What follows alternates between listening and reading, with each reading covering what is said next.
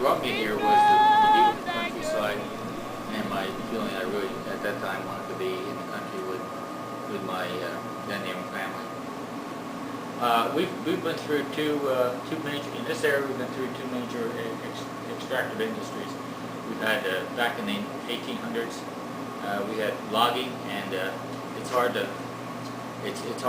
believe, but there were almost no trees left here by the end of the 1800s, and that industry collapsed of its own environmental degradation, and then essentially it committed suicide by its methodologies, and then they were followed in by the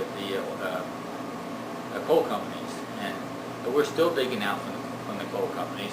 We don't have good air here, particularly already, because we're downstream from the Ohio coal plant. In fact, when there was a brownout for a couple of days in Ohio, our air quality went up significantly, astonishingly actually. So if we doubled the returns from the Barnett Shale, is that activity in the Barnett Shale has been equal to all the cars and trucks in the 6.3 million person metropolitan area, which means that for Pennsylvania, for this countryside, that we will, maybe in the next 5 years, essentially tuck in a metropolitan area in terms of air pollution that we don't have here right now. And for me, which I have some health problems with my lungs, it may perfectly well drive me out of this area.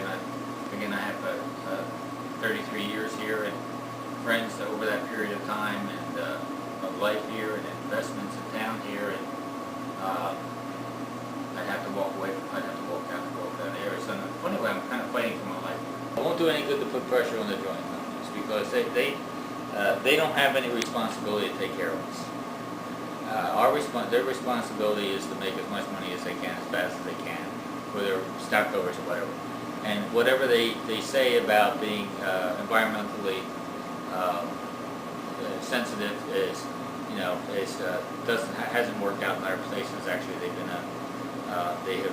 my line is they fouled the nest in every place they work around the country. It turns out that the regulators are not able to hold a tough line because they're bureaucrats who work for the government, and so the only way to affect what's going on is essentially by a political act, by a political campaign, and it has to be a political campaign, and that means you have to educate people about what's going on and then advocate for what kind of changes you actually need.